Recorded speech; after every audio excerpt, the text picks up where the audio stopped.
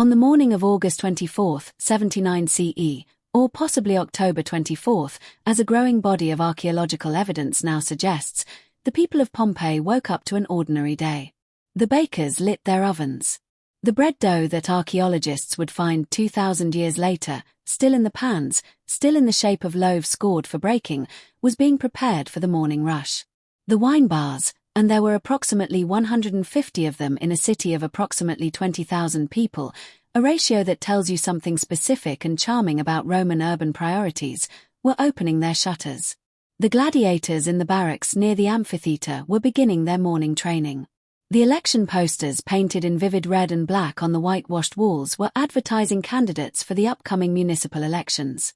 The fountains that lined every major street were running, fed by the same remarkable aqueduct system that brought water from the mountains and distributed it through lead pipes to the public fountains and the private bathrooms of the wealthy. It was an ordinary morning in one of the most prosperous and most vibrant cities in the Roman Empire. At approximately 1 in the afternoon, Mount Vesuvius erupted. What happened next, in the specific sequence and the specific physical mechanism of the eruption, is one of the most extensively studied geological events in the history of volcanology, partly because the physical evidence of the eruption is extraordinarily well preserved in the archaeological and geological record, and partly because we have an eyewitness account of extraordinary quality. The eyewitness was Gaius Caecilius Secundus, known to history as Pliny the Younger, the 17-year-old nephew of Pliny the Elder, the Roman admiral and natural historian who would die in the eruption while attempting to rescue survivors from the shore. Pliny the Younger was at Misenum, across the Bay of Naples, approximately 30 kilometers from Vesuvius, watching the eruption from safety and recording what he observed with the specific precision of someone who understood, even in the immediate chaos of the event, that he was witnessing something of historical significance. His letters to the historian Tacitus, written approximately 25 years after the event, are the only surviving eyewitness account of the eruption and are one of the most important documents in the history of both volcanology and ancient literature. He described a cloud rising from the mountain in the shape of a pine tree, the specific description that modern volcanologists now call a Plinian eruption column in his honor. A column of superheated gas and ash and rock fragments rising approximately 30 kilometers into the stratosphere, driven upward by the violence of the volcanic pressure, and then spreading laterally at the top where it met the resistance of the upper atmosphere in the specific umbrella shape that Pliny's pine tree described. The eruption column lasted approximately 18 hours. During those 18 hours, the wind carried the ash and the volcanic debris southward and eastward from the summit, toward Pompeii and the neighboring town of Herculaneum, in a continuous rain of pumice and ash that accumulated on the roofs and the streets of the city at a rate of approximately 15 centimeters per hour. The weight of the accumulated pumice caused roofs to collapse. The darkness, the specific terrifying darkness of a midday sky filled with volcanic ash and superheated gas that blocked the sun completely, was described by Pliny as blacker and denser than any ordinary night. The food on the tables, the wine in the amphory, the paintings on the walls in their vivid original colors, the blues and the reds and the yellows and the greens of the Pompeian fresco tradition are the most vivid surviving examples of ancient Roman painting in existence, because the volcanic seal that destroyed the city also preserved its art from the weathering and the vandalism and the limewashing that obliterated the paintings of every other ancient Roman city. The graffiti on the walls, election announcements, commercial advertisements, political insults, declarations of love, the specific quotidian text of an urban society that wrote on its walls with the same casual permanent energy that modern cities spray paint on theirs. The price lists in the shops. The ruts worn into the basalt paving stones by 2,000 years of cartwheels. The stepping stones in the street crossings that allowed pedestrians to cross without stepping in the street-level combination of sewage and animal waste that was the specific olfactory reality of ancient urban life. All of it preserved. All of it sealed under the volcanic rock and waiting. It waited for 17 centuries. The rediscovery was gradual and undramatic in its beginnings, not the single moment of revelation that the theatrical tradition of archaeological discovery prefers, but a series of accidental encounters spread across more than a century before anyone understood what they had found. The first accidental encounter came in 1592, when the architect Domenico Fontana, supervising the construction of an underground aqueduct channel near the town of Torre Annunziata on the slopes of Vesuvius, cut through the volcanic deposits and found inscriptions and painted walls. He made a note of the find and continued the construction. The specific historical context, the late 16th century, when the systematic archaeology of ancient sites had not yet been conceived as a discipline, meant that Fontana had no framework for understanding what his workers had cut through. He had found Pompeii and did not know it. Further accidental discoveries followed over the next century and a half. Inscriptions found, fragments of wall uncovered, the occasional artifact turned up by agricultural work in the fertile volcanic soil above the buried city. In 1689, a well-digger found an inscription that included the word Pompeii, providing the first direct evidence that the buried city had a name, but the identification of the buried city as the Pompeii of Roman historical records was not made immediately. The systematic excavation began in 1748, under the direction of Roque Joaquín de Alcubierre, a Spanish military engineer working for King Charles III of Naples, who was simultaneously excavating Herculaneum nearby. The initial approach was not what modern archaeology would recognize as scientific. It was treasure hunting, essentially, the extraction of artworks and valuable objects from the volcanic matrix with no systematic recording of context and no preservation of the structures being uncovered. Paintings were cut from the walls and removed to the royal collection. Mosaics were lifted. Statues were extracted. The specific historical significance of the context, the fact that the position of objects within the city was itself evidence of extraordinary historical value, was not understood by the 18th century excavators.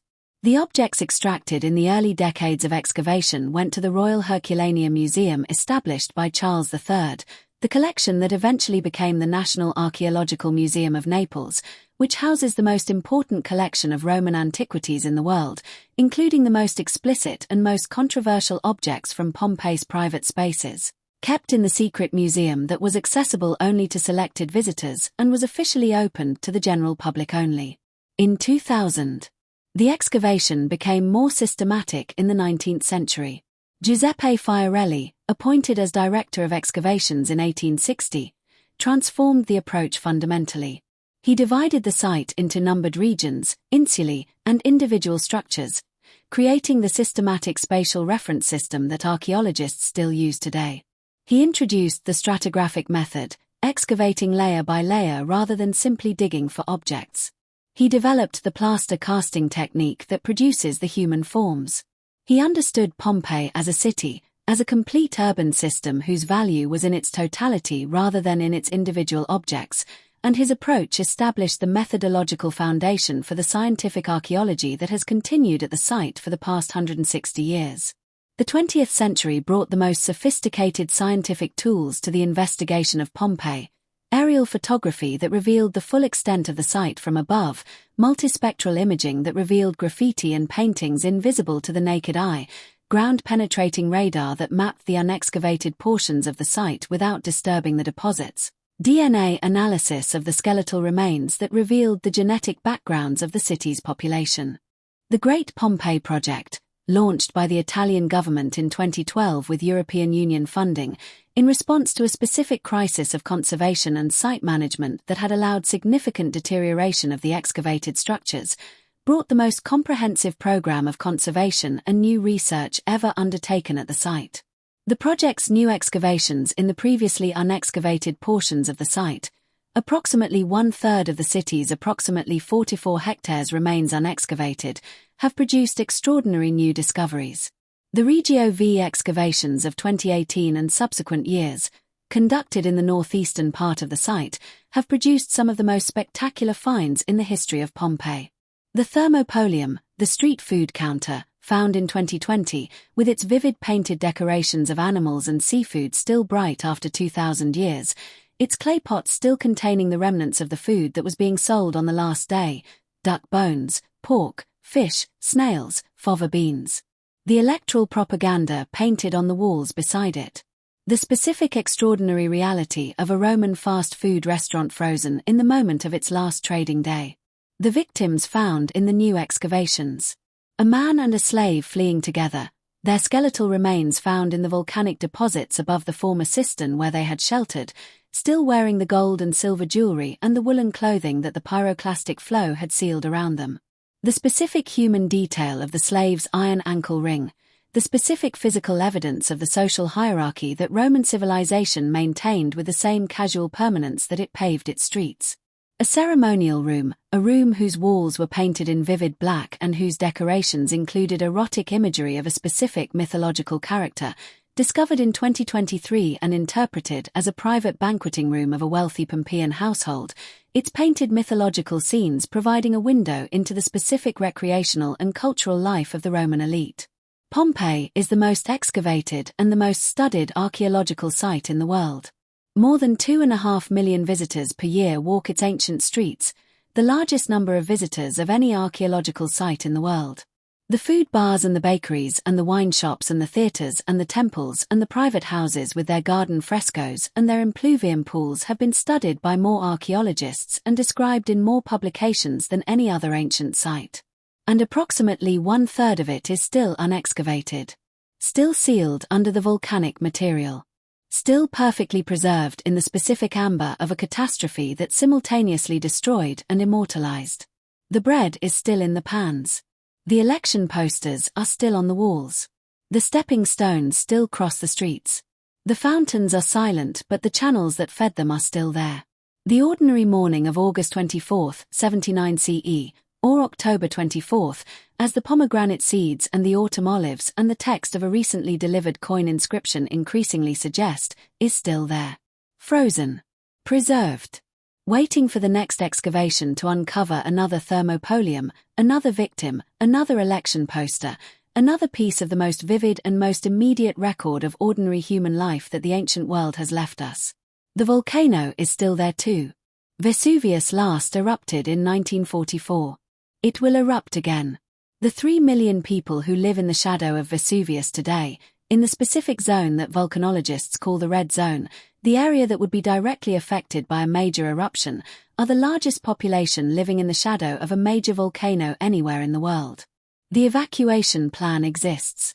The specific lessons of what happened to Pompeii on the morning of August 24, or October 24, 79 CE have been studied and absorbed and turned into emergency management protocols. Whether those protocols will work when Vesuvius erupts again is the question that volcanologists and emergency planners in Naples think about with the specific focused urgency of people who know that the question is not whether but when. The mountain waits. The city waits. The bread is in the pans. It is always an ordinary morning, until it isn't.